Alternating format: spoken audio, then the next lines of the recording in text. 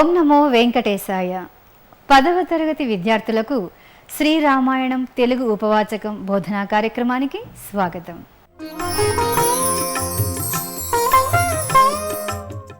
తిరుమల తిరుపతి దేవస్థానముల ఆధ్వర్యంలో నిర్వహింపబడుతున్న మీ శ్రీ వెంకటేశ్వర భక్తి ఛానల్ అనేక నూతన కార్యక్రమాలతో మీ ముందుకు వస్తోంది. ఆ క్రమంలో రూపొందించిన సరికొత్త కార్యక్రమం శ్రీరామాయణం 10వ తరగతి తెలుగు ఉపవాచకం. శ్రీ వెంకటేశ్వర భక్తి ఛానల్ ప్రత్యక్ష ప్రసారాల ద్వారా ప్రపంచవ్యాప్తంగా కోట్లాది మందిని ఆధ్యాత్మిక శిఖరం వైపుగా మార్గదర్శనం చేస్తున్న బ్రహ్మశ్రీ డాక్టర్ చాగంటి కోటేశ్వరరావు గారు ఈ కార్యక్రమంలో 10వ తరగతి విద్యార్థులకు ఉపాధ్యాయుడిగా పాఠం చెబితే ఆ పాఠాన్ని ఎస్వీబీసీ ద్వారా శ్రద్ధగా విన్న విద్యార్థులు పరీక్షల్లో ఉన్నత శ్రేణిలో ఉత్తీర్ణులు అవ్వాలన్నదే మా సంకల్పం. టీవీ ముందు కూర్చున్న 10వ తరగతి విద్యార్థులారా, ఇప్పుడు కార్యక్రమాన్ని ప్రారంభిద్దామా? అయితే ఈ కార్యక్రమాన్ని తిలకించే విద్యార్థులు కొన్ని నియమాలను పాటించవలసి ఉంటుంది. మొదటిది, టీవీలో శ్రీ చాగంటి కోటేశ్వరరావు గారు మీకోసం చెబుతున్న పాఠం వింటున్నప్పుడు మీరు క్లాస్ రూమ్లో ఎలా శ్రద్ధగా వింటారో అదే విధంగానే భావించాలి. ఇక రెండవది, పెన్ను పుస్తకంను ముందు పెట్టుకొని గురువుగారు చెప్పేది శ్రద్ధగా విని అవసరమైన అంశాలను పుస్తకంలో రాసుకోండి. మూడవది, ఈ కార్యక్రమాన్ని శ్రీ వెంకటేశ్వర భక్తి ఛానల్ మీకు కల్పిస్తున్న ఓ విశిష్ట అవకాశంగా భావించండి.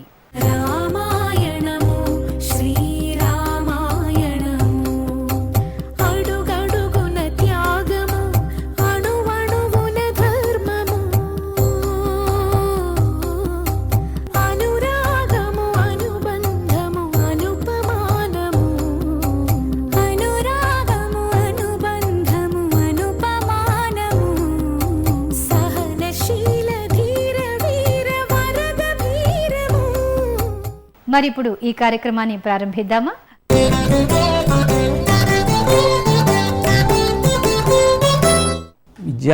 విద్యార్థులారా, ప్రభుత్వం శ్రీరామాయణం 6 కాండలతో ఉన్నటువంటి విశేషాన్ని మీకు ఈ సంవత్సరం తెలుగు ఉపవాచకంగా ఇచ్చింది.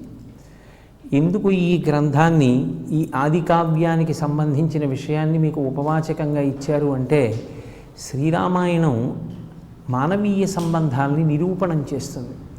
మనిషి ఎక్కడ ఎలా ప్రవర్తించాలో, ధర్మాన్ని ఎలా అనుష్ఠానం చెయ్యాలో, ధర్మాన్ని పట్టుకున్నవాడు ఎంత గొప్పవాడవుతాడో, యుగాలు మారిపోయిన త్రేతాయుగం అయిపోయి ద్వాపరయుగం అయిపోయి కలియుగం వచ్చిన త్రేతాయుగంలో ధర్మానుష్ఠానం చేసినటువంటి రామచంద్రమూర్తి యొక్క జీవిత వృత్తాంతం రామాయణ కథగా ఇప్పటికీ పసిపిల్లలకి కూడా తల్లి చేత ఎలా చెప్పబడుతోందో, ధర్మానుష్ఠానం చేసినటువంటి రాముని యొక్క పేరు తారకనామమై ఇప్పటికీ రామనామాన్ని అందరూ పలకండి అని అనేంత గొప్పతనాన్ని సంతరించుకుందో, అసలు జీవితంలో ఏ సందర్భంలో ఎక్కడ ఎటువంటి ఉడుపు ఉండాలో, ఎలా మనిషి మంచి గుణాల్ని సంతరించుకుని పరిపూర్ణత్వాన్ని పొందాలో తెలుసుకోవాలి అంటే రామాయణాన్ని చదవాలి.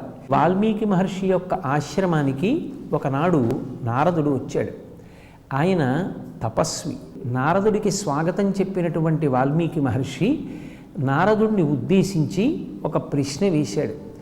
ఈ కాలములో, ఈ సమయంలో 16 గుణములు కలిగినటువంటి పరిపూర్ణమైన మానవుడు ఎవరైనా ఉన్నాడా అని అడిగినప్పుడు, అందులో ధర్మము గురించి బాగా తెలిసున్నవాడు, అంటే కేవలం ధర్మం గురించి చదువుకోవడం కాదు, ధర్మానుష్ఠాన తత్పరుడు, ఎప్పుడూ ధర్మాన్ని ఆచరించేవాడు, సత్యసంధుడైనటువంటి వాడు, మహాపరాక్రమవంతుడు, వీర్యవంతుడు, అందగాడు, సకల భూతములయందు దయ కలిగినటువంటి వాడు, ఇటువంటి గుణములు 16 గుణములు కలిగినటువంటి పరిపూర్ణమైన మానవుడు ఈ కాలమునందు, ఈ దేశంలో, ఈ సమయంలో ఉన్నాడా అని ప్రశ్న వేస్తే నారదుడు వాల్మీకి మహర్షికి జవాబిస్తూ ఉన్నాడు. ఆయనే రామచంద్రమూర్తి.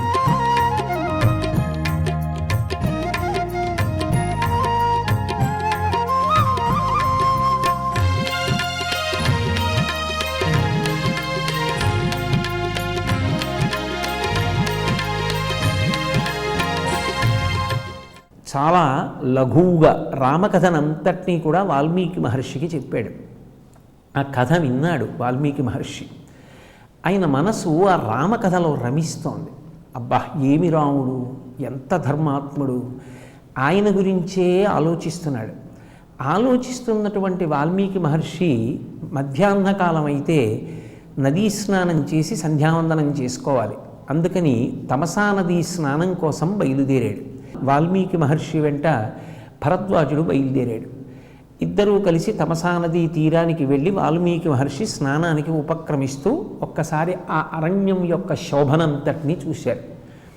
ఆ చెట్టు మీద ఒక మగ క్రౌంచము, క్రౌంచి అంటే ఆడ క్రౌంచ పక్షి రెండూ కూడా ఎంతో సంతోషంగా ఒకదానితో ఒకటి కిచకిచలాడుతూ అవి దంపతులు ఆనందంగా కాలక్షేపం చేస్తున్నాయి.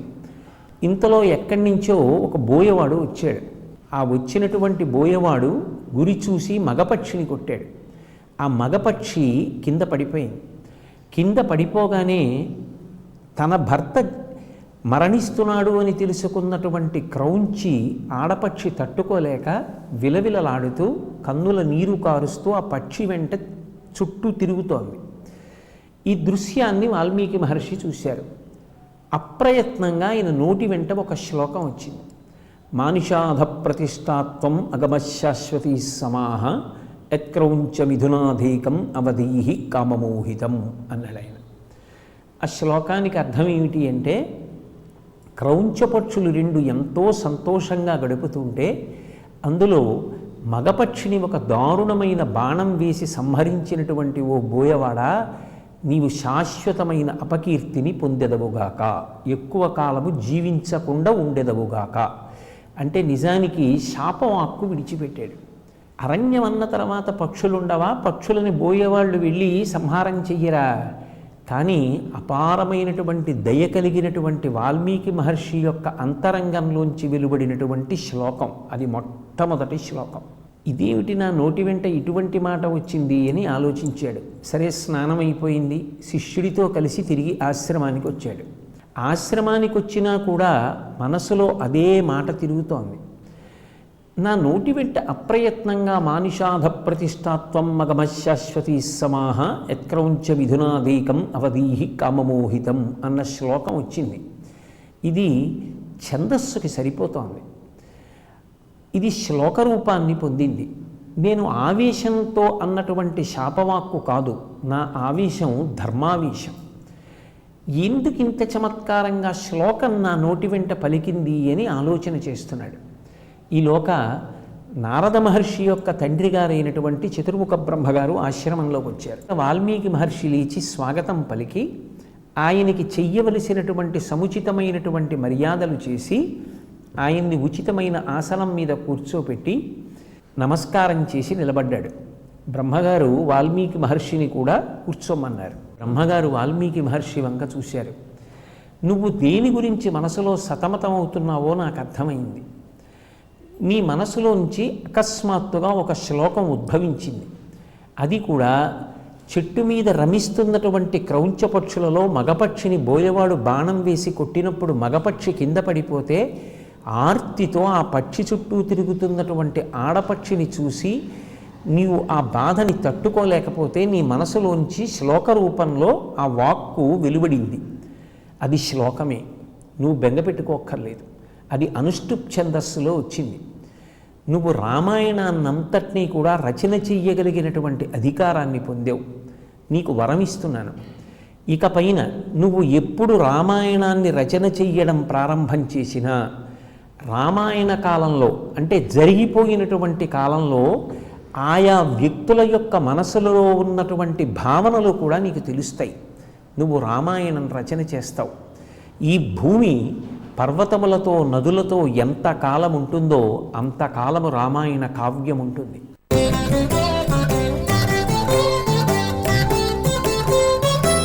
ఈ బాలకాండని రేపు పొద్దున్న మీరు వ్యాసంగా వ్రాయవలసి వచ్చిందనుకోండి, మీరు దీన్ని ఏదో పెద్ద కష్టపడి చదవాలి అని మనసులో భావన చెయ్యకండి. దీన్ని ఒక క్రమం మనసులో పెట్టుకోండి. ఏ క్రమం వచ్చింది అన్నది ఒక్కసారి ఆలోచించండి. కొన్ని పేర్లు ఉంటాయి. పేర్ల వరకు కొంచెం జాగ్రత్తగా చదివి ధారణ చేయవలసింది. రామలక్ష్మణ భరత శత్రుఘ్నులు, మలద కరుషదేశములు, తాటక, విశ్వామిత్రుడు, వశిష్ఠుడు, ఇటువంటి పేర్లు కొంచెం 1-2 మాటలు ప్రతిరోజు మననం చేసుకుంటూ ఉంటే జ్ఞాపకం ఉంటుంది. దాన్ని ఒక్క వరుస క్రమంలో పూలదండ గుచ్చుతారు చూడండి, దారానికి పువ్వు పెట్టి ఇటో పువ్వు పెట్టి మడత వేసి ఇలా తీసి ఇలా ఇలా లాగుతుంటే దండ వస్తుంది. అలా ఆ క్రమాన్ని జ్ఞాపకం పెట్టుకోవాలి.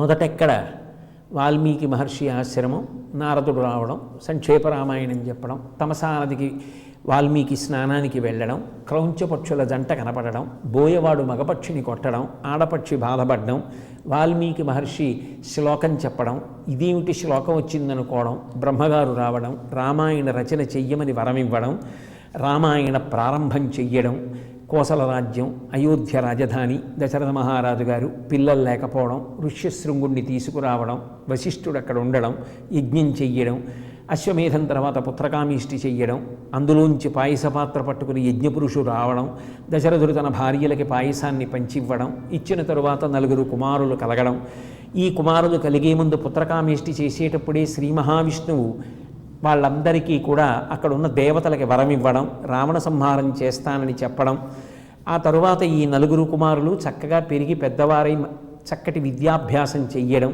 ఒకనాడు దశరథ మహారాజు గారు సభ తీర్చి ఉండగా అకస్మాత్తుగా విశ్వామిత్రుడు రావడం, మీరు ఏ పని అడిగినా నేను చేసి పెడతానని దశరథుడు అనడం, యజ్ఞ సంరక్షణ కొరకు రమ్మంటే నేను రాలేను, కొడుకు రాముణ్ణి పంపించలేనని చెప్పడం, విశ్వామిత్రుడు ఆగ్రహించడం, వశిష్ఠుడు నచ్చ చెప్పడం, రామలక్ష్మణుల్ని పంపడం, రామలక్ష్మణులకు బల అతిబల అన్న శక్తుల్ని ఇవ్వడం, తాటకా సంహారం చెయ్యడం, వివిధాస్త్రములను విశ్వామిత్రుడు వారికి ప్రదానం చెయ్యడం, యజ్ఞ సంరక్షణం చెయ్యడం, మారీచుణ్ణి 100 యోజనముల సముద్రానికి అవతల వరకు మానవాస్త్రం పెట్టి కొట్టడం, సుబాహువుని సంహరించడం, ఇతర రాక్షసుల్ని సంహరించడం, ఆయనతో కలిసి మిథిలా నగరానికి బయలుదేరడం, మిథిలా నగరానికి ముందు గౌతమ మహర్షి ఆశ్రమం, అహల్యకి శాప విమోచనం కావడం, తర్వాత బయలుదేరి మిథిలా నగరానికి వెళ్ళిన తర్వాత విశ్వామిత్రుడు శివధనస్సు యొక్క ప్రస్తావన తీసుకొచ్చి శివధనస్సు మంజూషలో తీసుకురమ్మంటే జనక మహారాజు గారు దాన్ని అక్కడికి వచ్చే ఏర్పాటు చెయ్యడం, రాముడు శివధనస్సు ఎక్కుపెట్టడం,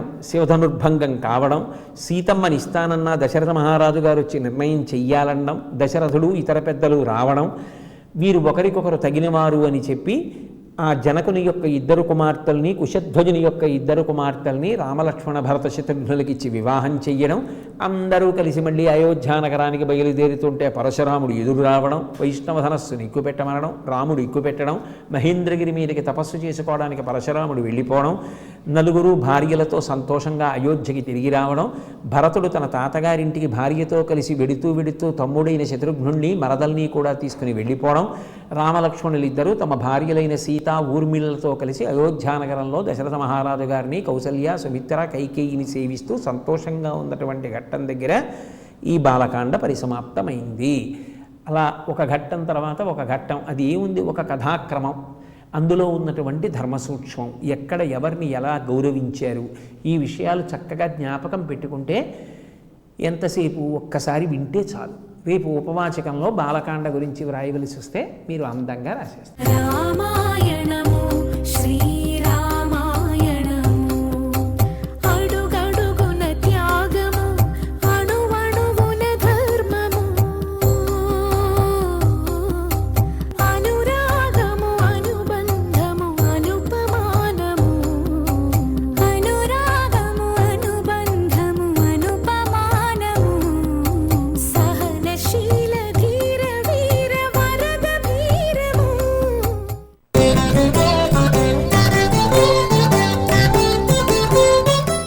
ఇందులోంచి కొంత భాగం తీసి మీకు ఇచ్చి కొన్ని ప్రశ్నలు అడిగారనుకోండి, అది చదివి చెప్పమంటే పెద్ద కష్టమా?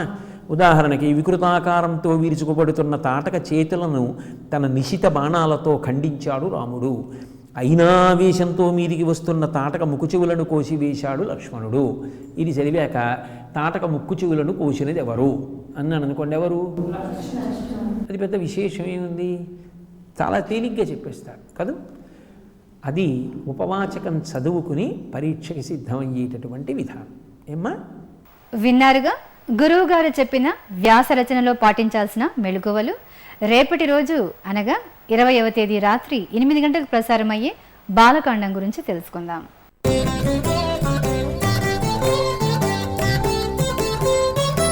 శ్రీ మహావిష్ణువు శంఖచక్ర గదా పద్మములతో పీతాంబరధారి అయి సభలో ప్రత్యక్షమయ్యారు.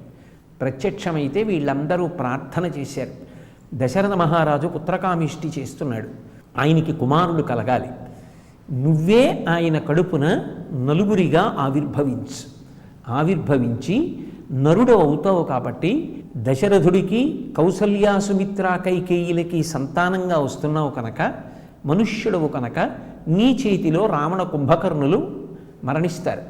కాబట్టి నిన్ను 4గా విభాగం చేసుకుని 4 రూపాలతో రమ్మని ప్రార్థన చేశారు. తప్పకుండా వస్తాను అని శ్రీ మహావిష్ణువు అభయం ఇచ్చారు. పుత్రకామేష్టి పూర్తయింది. ఆ యాగాగ్నిలోంచి ఒక పురుషుడు బయటికి వచ్చాడు. చేతిలో బంగారు పాత్ర ఉంది, దాని మీద వెండి మూత పెట్టబడి ఉంది. ఆ పాత్రలో దివ్యమైనటువంటి పాయసం ఉంది. ఆ పాయసం పట్టుకుని పైకొచ్చిన పురుషుడు దశరథ మహారాజును ఉద్దేశించి మాట్లాడుతూ ఒక మాట చెప్పాడు, ఇది దివ్యమైనటువంటి పాయసం, ఈ పాయసాన్ని తిన్నటువంటి వాళ్ళకి అనారోగ్యం ఉండదు, సంపదలు కలుగుతాయి, అన్నిటిని మించి సంతానం కలుగుతుంది. కాబట్టి నీకు ఈ పాయసాన్ని అనుగ్రహిస్తున్నానని ఆ పాత్రని దశరథ మహారాజు గారికి ఇచ్చాడు.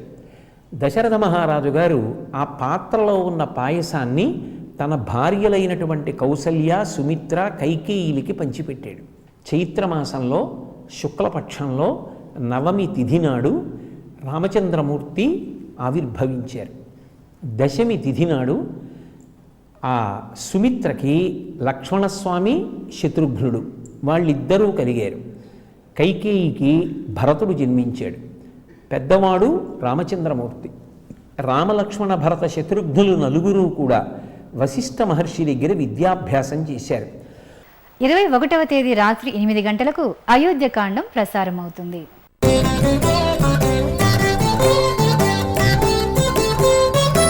రాముడికి యవ్వరాజ్య పట్టాభిషేకం చెయ్యాలని నిర్ణయించుకున్నటువంటి దశరథ మహారాజు గారు రాముడికి కబురు చేశాడు. దగ్గర కూర్చోబెట్టుకున్నాడు.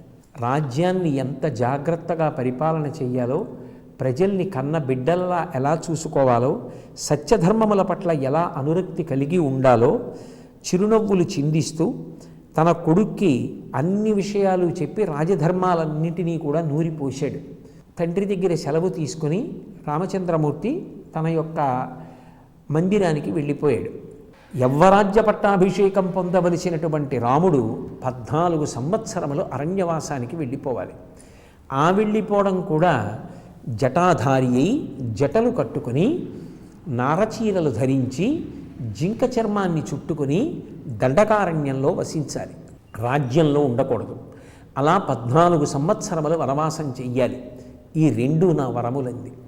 ఈ మాట వినగానే దశరథ మహారాజు గారు గండ్రగొడ్డలి పెట్టి మద్ది చెట్టుని నరికితే ఎలా నేల కూలిపోతుందో అలా నేల కూలిపోయాడు. ఆయనకి రాముడి మీద ఉన్నటువంటి ప్రీతి అటువంటిది. ఆయన ఆమె మాట వినడంతోనే స్పృహ తప్పి కింద పడిపోయాడు. ఆ రాత్రి అంతా కైకమ్మని ఎంత బ్రతిమాలాడో. చిట్ట చివరికి కైకమ్మ యొక్క 2 పాదములు కూడా పట్టుకున్నాడు. నా మీద కనికరించు, వృద్ధుడనైపోయాను, రాముడు లేకుండా జీవించలేను, సకల సుగుణాభిరాముడైనటువంటి రాముణ్ణి అరణ్యవాసానికి పంపి నీ కుమారుడైనటువంటి భరతుడికి పట్టాభిషేకం చెయ్యడం ధర్మం కాదు, కైకేయి నీ మనసు మార్చుకొమ్మని, వరములను ఉపసంహారం చెయ్యమని ఎంతో ప్రార్థన చేశాడు. కానీ చెప్పుడు మాటలు విన్నటువంటి కైకమ్మ యొక్క మనసు బండరాయిలా మారిపోయింది. నిజానికి కైకమ్మ మనసు అమృత హృదయం. రాముడికి యవ్వరాజ్య పట్టాభిషేకం అంటే ప్రారంభంలో బహుమానం తీసుకొచ్చి ఇచ్చింది మందరకి. కానీ అదే మందర కైకమ్మ మనసు విరిగిపోయేటట్టుగా మాట్లాడితే పాపం రాక్షసిలా మారిపోయింది, బండరాయిలా మారిపోయింది. 22వ తేదీ రాత్రి 8 గంటలకు అరణ్యకాండం ప్రసారం అవుతుంది.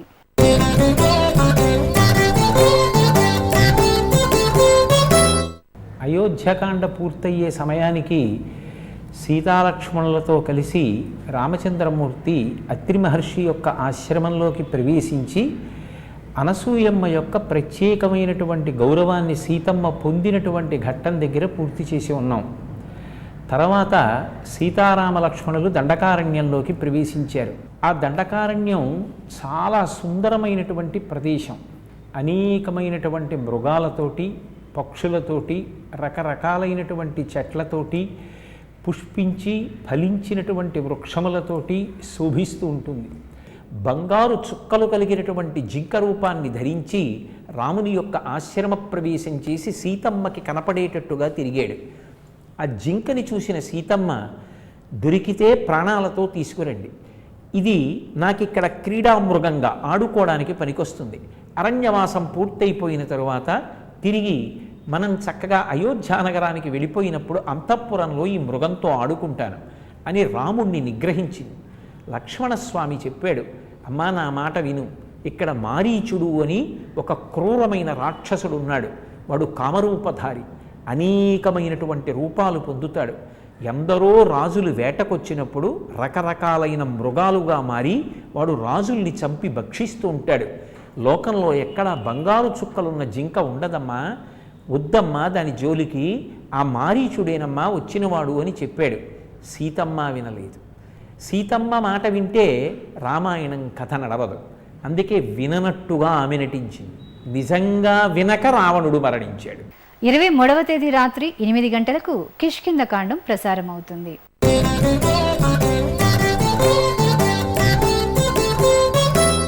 రామలక్ష్మణులిద్దరూ కూడా పంపా సరోవర తీరంలో విహరిస్తూ అక్కడి నుంచి బయలుదేరి ఆ ఋష్యమూక పర్వతం వైపుగా వెడుతున్నారు. రాముడికి సుగ్రీవుడికి అగ్నిసాక్షిగా సంధి కుదిరింది. ఇద్దరు స్నేహితులయ్యారు. ఆ దక్షిణ దిక్కుకి అంగదుణ్ణి నాయకుడిగా పెట్టి వానరుల్ని పంపించేటప్పుడు సుగ్రీవుడికి ఒక గొప్ప నమ్మకం. ఆ బృందంలో హనుమ ఉన్నారు. హనుమ సీతాన్వేషణం చేస్తారని, సీతమ్మ జాడ కనిపెట్టగలడని నమ్మకం. అందుకే ప్రత్యేకం పిలిచి, హనుమా నీ వలననే సీతాన్వేషణం జరుగుతుంది, సీతమ్మ జాడ కనిపెట్టబడుతుంది, నేను రాముడికిచ్చిన మాట నిలబడుతుంది అని చెప్పారు.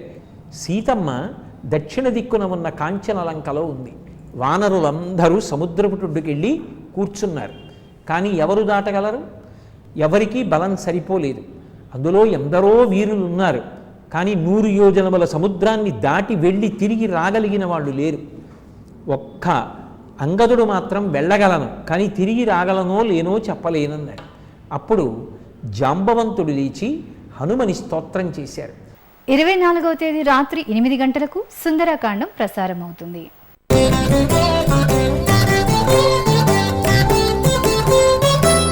అలా బయలుదేరి ఆయన వెడుతున్నప్పుడు వాయువు ఆయనకి సహకరించింది. అందరూ ఆశ్చర్యపోయి చూస్తున్నారు. దేవతలు, ఋషులు అందరూ కూడా ఆయన్ని ప్రస్తుతి చేస్తున్నారు. ఆకాశ మార్గంలో ఆయన వెళ్ళిపోతుంటే అశోకవనం కనపడింది. వెంటనే దేవేంద్రుడికి నమస్కరించారు.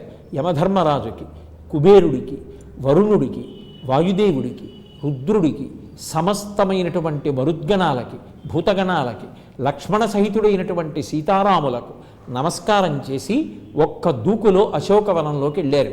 శిశుపావృక్షం ఎక్కి కూర్చుని చుట్టూ చూస్తున్నారు. కిందకి చూసేటప్పటికి చెట్టు కింద సీతమ్మ కనపడింది. నిరంతరం రాముని యొక్క ఎడబాటు తట్టుకోలేక శోకిస్తున్నటువంటి కారణము వలన ఆమె కన్నుల నుండి కారినటువంటి కన్నీటి ధారల చేత అట్టలు కట్టి ఉంది ముఖం. సీతమ్మకి శుభశకునములు కనపడ్డాయి. చెట్టు మీద కూర్చున్నటువంటి హనుమ సీతమ్మకి మళ్ళీ జీవితం మీద ఉత్సాహం పుట్టాలని రామకథ చెప్పారు. రామకథ వినపడగానే ఆ సీతమ్మకి మళ్ళీ సంతోషం కలిగింది. ఎవరా అని పైకి చూసింది. స్వామి హనుమ కనపడ్డారు. గబగబా కిందకి దిగొచ్చారు. మారువేషంలో మళ్ళీ రావణాసురుడే వచ్చాడేమో అని భయపడి, రాముడి గురించి నిజంగా తెలిసి ఉంటే రాముని యొక్క రూపాన్నంతటినీ వర్ణించమని అడిగింది. కాలి గోళ్ల దగ్గర నుంచి తల వెంట్రుకల వరకు అంగ ప్రత్యంగములతో రాముని యొక్క రూపాన్ని, లక్ష్మణుని యొక్క రూపాన్ని, రామలక్ష్మణుల యొక్క గుణగణాలని కూడా హనుమ అత్యద్భుతంగా వర్ణించి చెప్పారు. అది ధారణ, ఉపాసన. 25వ తేదీ రాత్రి 8 గంటలకు యుద్ధకాండం ప్రసారం అవుతుంది.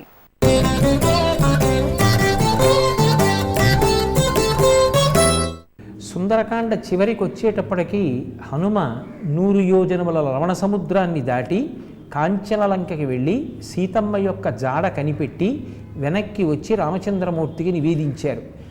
రాముడు ఎంతో సంతోషించాడు. సంతోషించి ఆ హనుమని గట్టిగా కౌగిలించుకున్నారు. మనిషికి పరమ సంతోషంతో ఇవ్వగలిగినటువంటి ఆస్తి ఆప్యాయతకి మించినది ఏముంటుంది? 5 రోజులలో వానర సైన్యం యొక్క సహాయంతో 100 యోజనముల సముద్రానికి సేతువు నిర్మాణం చేశాడు రాముడు. అందరూ కలిసి సేతువు మీద లంకాపట్టణానికి వెడుతున్నారు. రావణ సంహారం జరగాలి అంటే ఆలస్యం లేకుండా బ్రహ్మాస్త్ర ప్రయోగం చెయ్యమన్నారు. వెంటనే రామచంద్రమూర్తి బ్రహ్మాస్త్ర ప్రయోగం చేశారు. రావణుడు నిహతుడయ్యాడు, నేల మీద పడిపోయాడు, మరణించాడు. దేవతలు సంతోషించారు. యక్ష గంధర్వ కిన్నెర కింపురుషులు మహర్షులు అందరూ సంతోషించారు, రాముణ్ణి కీర్తించారు. రావణ వధ పూర్తయింది. సీతమ్మ ఎంతటి మహాపతివ్రతయో, నా యందు ఎంత ప్రేమ కలిగినదో, ఎంత భక్తి కలిగినదో 3 లోకాలు తెలుసుకోవాలని అగ్నిప్రవేశం చేశాను తప్ప అనుమానం చేతనో ఆమెని అవమానించాలనో నేను ఈ పని చెయ్యలేదు అని చెప్పాడు. సీతమ్మని రాముడు స్వీకరించాడు. భరద్వాజాశ్రమం నుంచి రాముడు వానరకాంతలతో వానరులతో సీతమ్మతో కలిసి పుష్పక విమానంలో బయలుదేరి వచ్చారు. గబగబా భరతశత్రుఘ్నులు ఆ విమానంలోకి వెళ్ళి రాముడి పాదాలకి పాదుకలు తొడిగారు. రాముడు కిందకి దిగాడు. చక్కగా అందరూ కలిసి అయోధ్యానగరానికి చేరుకున్నారు. తర్వాత రామచంద్రమూర్తికి పట్టాభిషేకం జరిగింది. రాముడు కౌసల్య, సుమిత్ర, కైకేయి, వశిష్ఠాది పెద్దలందరికీ నమస్కారం చేశాడు. పట్టాభిషేకం జరిగి రాముడు మహారాజు అయ్యాడు.